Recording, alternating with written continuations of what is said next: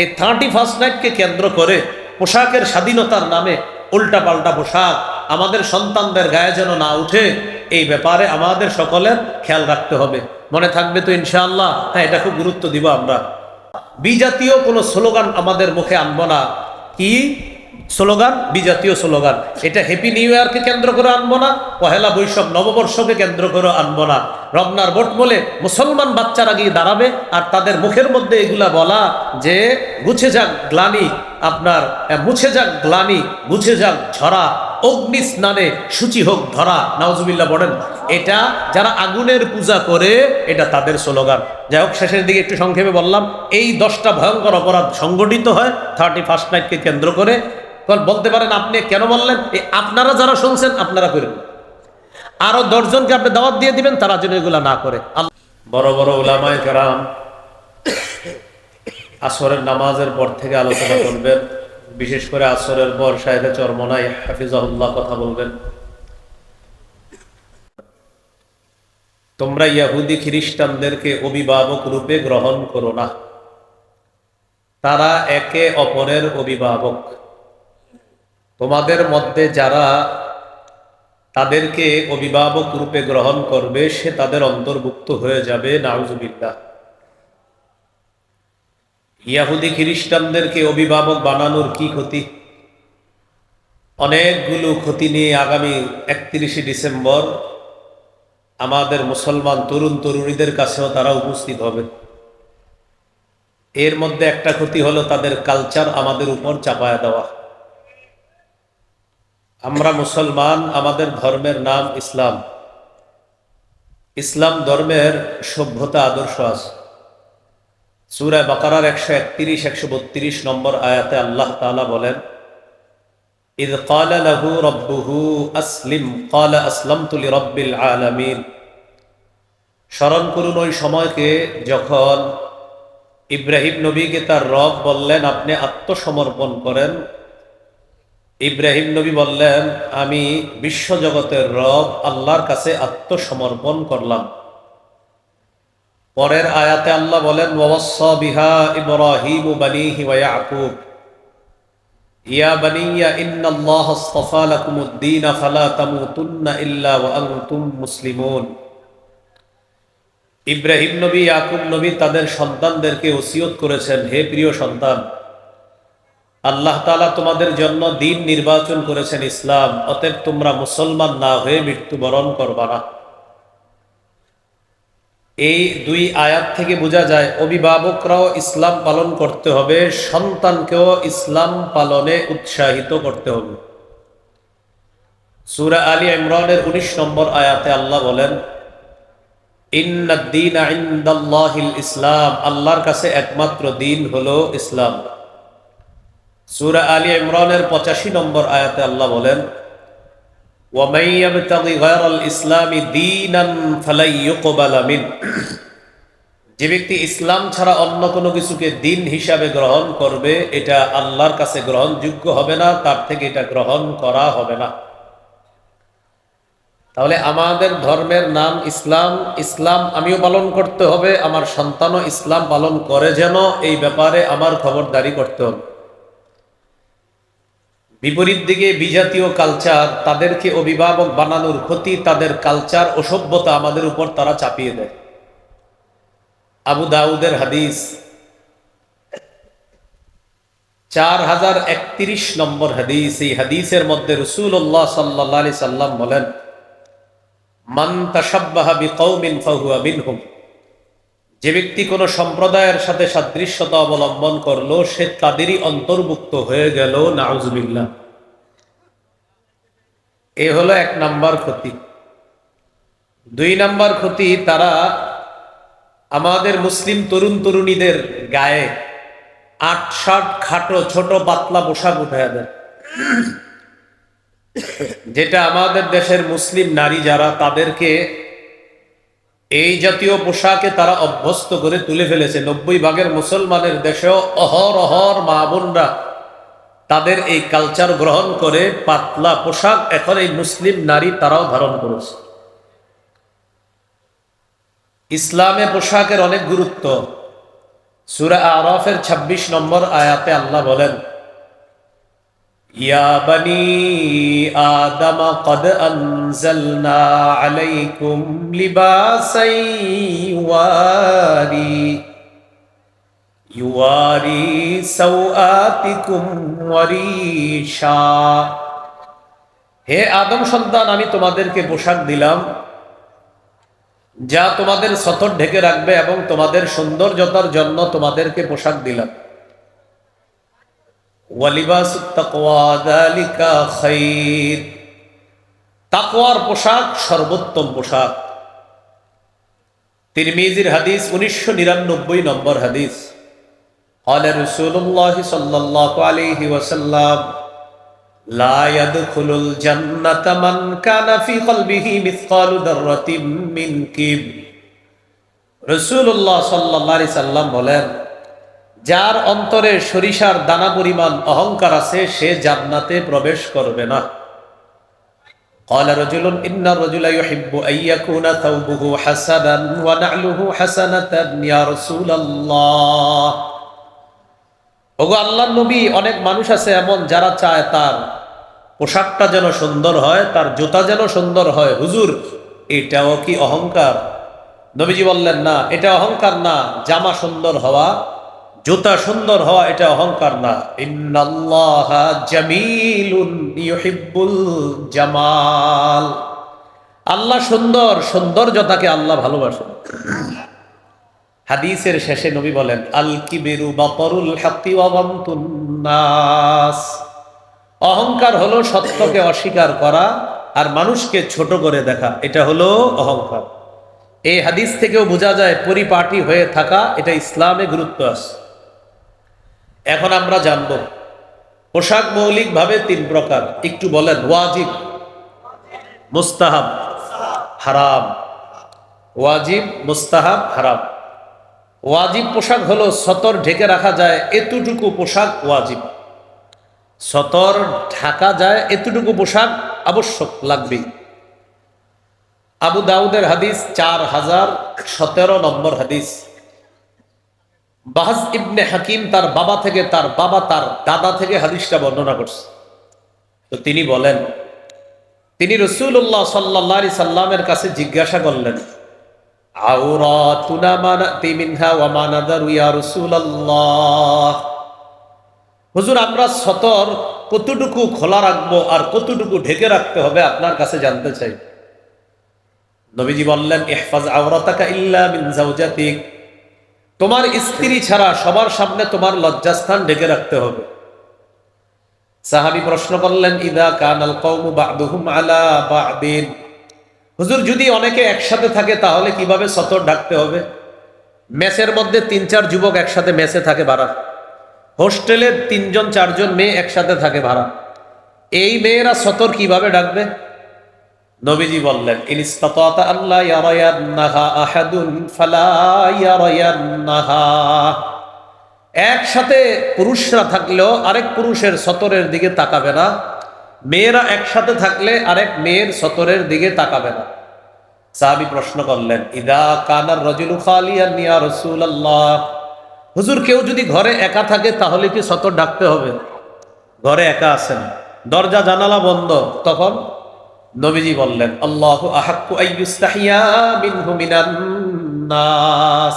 তখন ঘরে কেউ না থাকলেও আল্লাহ আছে, মানুষের চেয়ে আল্লাহকে বেশি লজ্জা পাওয়া দরকার, বেশি সতর তখন ঢাকবা। কারণ তুমি আল্লাহকে মানুষের চেয়ে বেশি লজ্জা পাও।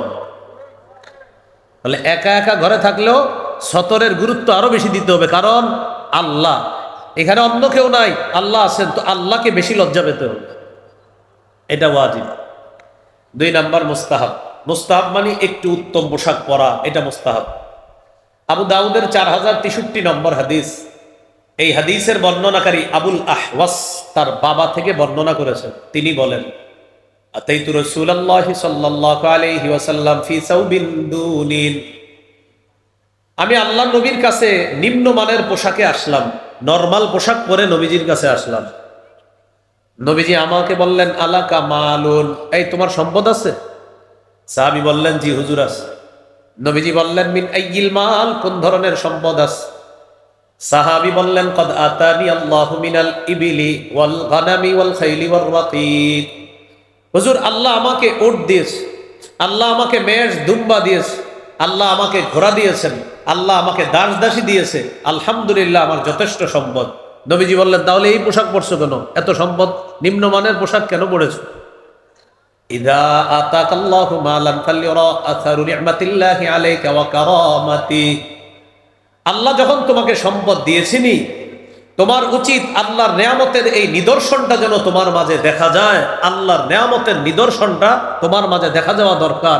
যেহেতু আল্লাহ তোমাকে নেয়ামত দিয়েছেন, এই নেয়ামতের নিদর্শন এটা প্রকাশ পাওয়া দরকার। এখান থেকে কি বুঝলাম? একটু পরিপাটি হয়ে থাকা এটাও ইসলামে অনেক গুরুত্ব। আবু দাউদের হাদিস 4062 নম্বর হাদিস। জাবের রাদিয়াল্লাহু তাআলা আনহুর বর্ণনা, তিনি বলেন, আতানা রাসূলুল্লাহ সাল্লাল্লাহু আলাইহি ওয়াসাল্লাম ফারাআ রাজুলান ক্বাদ তাফাররাকা শা'রুহু। নবীজি আমাদের কাছে আসলেন, আসার পর এক ব্যক্তির দিকে তাকায় দেখে তার মাথার চুলগুলো এলোমেলো। চুলগুলো কি? فقال رسول الله صلى الله عليه وسلم أما يجد هذا ما يسكن به شعرا। আচ্ছা, সে কি কোনো চিরুনি পায় না তার চুলগুলো আশ্রানোর জন্য? নবীজি দেখলেন এক ব্যক্তির মাথার চুল এলোমেলো, তো বললেন, সে কি কোনো চিরুনি পায় না মাথার চুলগুলো আশ্রানোর জন্য? ওয়ারাআ রাজুলান আলাইহি থিয়াবুন ওয়াসিখা। আরেক ব্যক্তিকে দেখলেন তার শরীরের মধ্যে ময়লা কাপড়। নবীজি বললেন, আমায়া জিদু হাদা মাআন ইয়াগসিলু বিহি সাওবা। আচ্ছা, সে কি কোনো পানি পায় না তার কাপড় ধোয়ার জন্য? একজনের চুল দেখলেন এলোমেলো, তো বললেন, চিরুনি নাই মাথা আশ্রানোর। আরেকজনের দেখলেন যে কাপড় ময়লা, নবী বললেন, পানি নাই কাপড় ধোয়ার জন্য। এখান থেকে বোঝা যায় এলোমেলো চুল আর শরীরে সালার চট দেখলেই তারে পীর সাহেব ভাবা এর কোনো সুযোগ নাই। চুলগুলো এলোমেলো, ছালার চট পরে আছে, উল্টাপাল্টা পোশাক পরে আছে, আর আপনি বললেন, ভাই ভিতরে কিছু আছে। তাহলে কি ইসলামে পোশাকের গুরুত্ব আছে না নাই? ইবনে মাজার হাদিস 1056 নম্বর হাদিস। আজকে কি বার? কিসের দিন? জুমার দিন। হ্যাঁ, আম্মাজান আয়েশা সিদ্দিকা রাদিয়াল্লাহু তাআলা আনহা বলেন, আন্না নবী সাল্লাল্লাহু আলাইহি ওয়াসাল্লাম খাতাবান নাস ইয়াউমাল জুমআহ। নবীজি জুমার দিন খুতবা দিতেছে। ফারাআ আলাইহিম সিয়াবান নিমার। তাকায় দেখেন একদল মানুষের শরীরে কাজের পোশাক, মানে কাজ করছে যেই পোশাক পরে, ওই পোশাক পরে জুমার নামাজে চলে আসছে। فقال رسول الله صلى الله عليه وسلم ما على احدكم ان وجد ساعه ان يتخذ ثوبين سوى ثوبي مهنته। নবীজি বললেন, তোমাদের যাদের সামর্থ্য আছে তার উচিত আইয়াত্তাখিদা সাওবাইন লিজুমুআ সিওয়া সাওবাই মাহনাতিহি।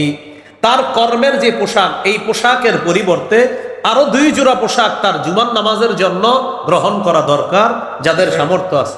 মানে কাজের পোশাক পরে জুমায় চলে আসছে, তো নবীজি দেখা বললেন, জুমার নামাজে একটু অন্য পোশাক পরে আসা দরকার। এখান থেকে বোঝা যায় জুমার নামাজ, ঈদের নামাজে একটু উত্তম পোশাক পরে নামাজে যাওয়া। বুঝে আসছে তো সবার? তাহলে ইসলামে পোশাকের গুরুত্ব আছে না নাই? এইগুলো আপনার 2 নাম্বার আলোচনা পোশাকের ক্ষেত্রে। 3 নাম্বার হারাম পোশাক। মন দিয়ে শুনেন, 6 ধরনের পোশাক। পুরুষের জন্য রেশমের পোশাক হারাম। 2 নাম্বার, পুরুষ নারীর পোশাক পরবে না। 3 নাম্বার, নারী পুরুষের পোশাক পরবে না। 4 নাম্বার, অহংকার প্রদর্শনের পোশাক পরবে না। 5 নাম্বার, বিজাতীয় পোশাক পরবে না। 6 নাম্বার, আটসাটো খাটো ছোট পাতলা পোশাক পরবে না। 1 নাম্বার, রেশমের পোশাক হারাম। সহিহ মুসলিমের বর্ণনা 2069 নম্বর হাদিস। রাসূলুল্লাহ সাল্লাল্লাহু আলাইহি সাল্লাম বলেন, লা তালবাসুল হারিরা ফাইন্নাহু মান লাবিসাহু ফিদ দুনিয়া লাম ইয়ালবাসহু ফিল আখিরাহ। তোমরা রেশমের পোশাক পরবা না। যে ব্যক্তি দুনিয়াতে রেশমের পোশাক পরবে, সে আখিরাতে রেশমের পোশাক পরতে পারবে না। হাদিস থেকে বোঝা যায় পুরুষের জন্য দুনিয়াতে রেশম হারাম, জান্নাতে পুরুষের জন্য রেশম হালাল। সুবহানাল্লাহ। সহিহ বুখারীর বর্ণনা 5837 নম্বর হাদিস। হুযায়ফা রাদিয়াল্লাহু তাআলা আনহুর বর্ণনা, তিনি বলেন, নাহানান নবী সাল্লাল্লাহু আলাইহি ওয়াসাল্লাম আন নাশরাবা ফি আনিয়াতিদ যাহাবি ওয়াল ফিদ্দাতি ওয়া আন নাকুলা ফিহা। ওয়া আন লুবসিল হারিরি ওয়াদ দিবাজ ওয়া আন নাজলিসা আলাইহি। হুযায়ফা রাদিয়াল্লাহু তাআলা আনহু বলেন, নবী আমাদেরকে স্বর্ণের পাত্রে পান করতে নিষেধ করছেন, খাইতে নিষেধ করছেন, রেশমের পোশাক পরতে নিষেধ করেছেন, পাতলা রেশম, মোটা রেশম, যে কোনো রেশম পরতে আমাদেরকে নিষেধ করেছেন। ওয়া আন নাজলিসা আলাইহি, রেশমের উপরে বসতেও নিষেধ করছেন। অনেকের বাড়িতে বেড়াইতে যান আপনারা, যেমন শুক্রবার দিন ঢাকা শহরের মানুষের বেড়ানোর এক হিরিক পরে, যার বাসায় যাবেন সোফাটা চেক করে বসবেন। সোফায় ছোট্ট একটা বালিশ থাকে, এই বালিশে অনেক সময় রেশমের সুতা থাকে, সেই রেশমের ওটা আপনি লাগাবেন না, আপনার স্ত্রীকে ওটা দিবেন, আপনার মেয়েকে ওটা দিবেন, আপনি রেশমের উপর বসবেন না। রেশমের কিছু যদি থাকে সোফার উপরে, একটা তোয়ালে চেয়ে নিয়ে ওই তোয়ালেটা বিছাবেন, এরপর তোয়ালের উপর বসবেন। পুরুষ যারা আছি আমরা রেশম পরবো না, রেশমের উপর বসবো না, স্বর্ণ পরিধানও করবো না, স্বর্ণের উপর বসবো না। মনে থাকবেন ইনশাআল্লাহ। নারীদের জন্য রেশম জায়েজ আছে। সহিহ মুসলিমের বর্ণনা 2071 নম্বর হাদিস। আন আলী ইবনে আবি তালিব রাদিয়াল্লাহু তাআলা আন উহদিয়াত লি রাসূলিল্লাহ সাল্লাল্লাহু আলাইহি ওয়াসাল্লাম হুল্লাতুন সিয়ারা।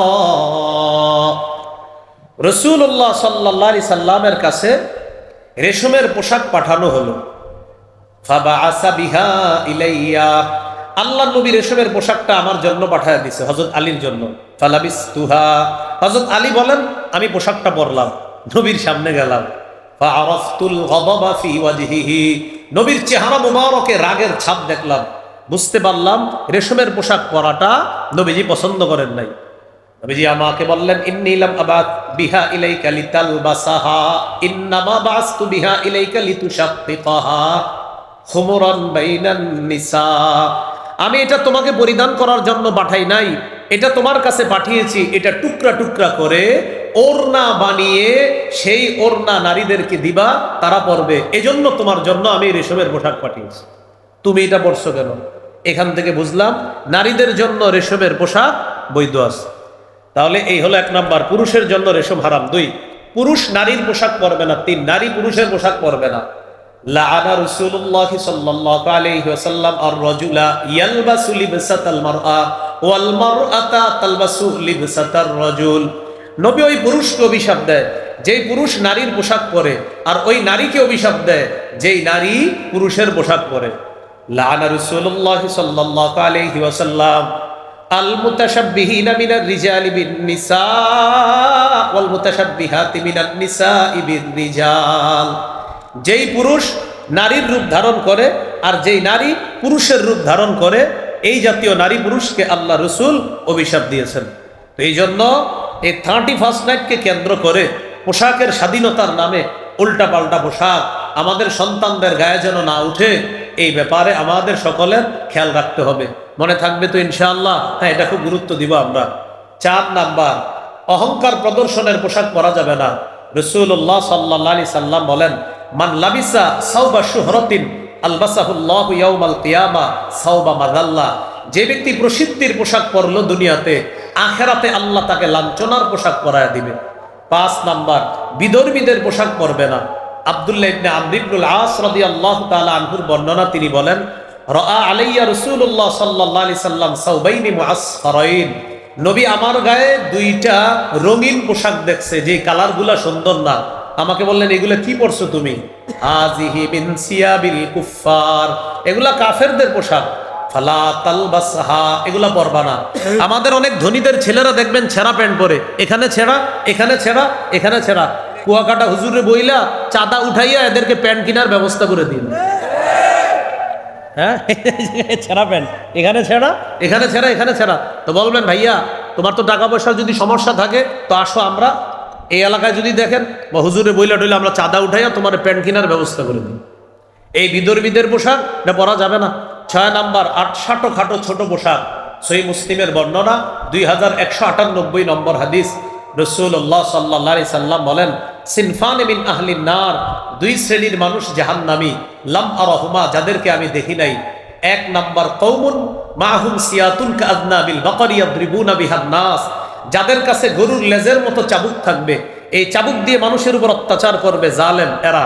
আরেকটা হলো নিসাউন কাসিয়াতুন আরিয়াতুন মাইলাতুন মুমিলাত, এমন নারী যেই নারীরা পোশাক পরার পরেও উলঙ্গ। তারা কি পোশাক পরে? যেই পোশাকে অন্যকে আকৃষ্ট করে, নিজেরা অন্যের দিকে আকৃষ্ট হয়। রুউসুহুন্না কাসনিমাতিল মুখতিল মাইলা, তাদের মাথার চুলগুলা হেলে পড়া উটের কুজের মতো। লা ইয়াদখুলুল জান্নাতা ওয়ালা ইয়াজিদনা রিহাহা, এরা জান্নাতে প্রবেশ করবে না, জান্নাতের ঘ্রাণও তারা পাবে না। তাহলে 31st নাইট কেন্দ্র করে এই কোন ধরনের পাতলা পোশাক আমরা পরবো না। একটু মন দিয়ে শোনেন। 1 নাম্বার, বিজাতীয় কালচার গ্রহণ করব না। 2 নাম্বার, খাটো পোশাক পরবো না। 3 নাম্বার, টেটু আঁকবো না, শরীরে উল্কি আঁকবো না।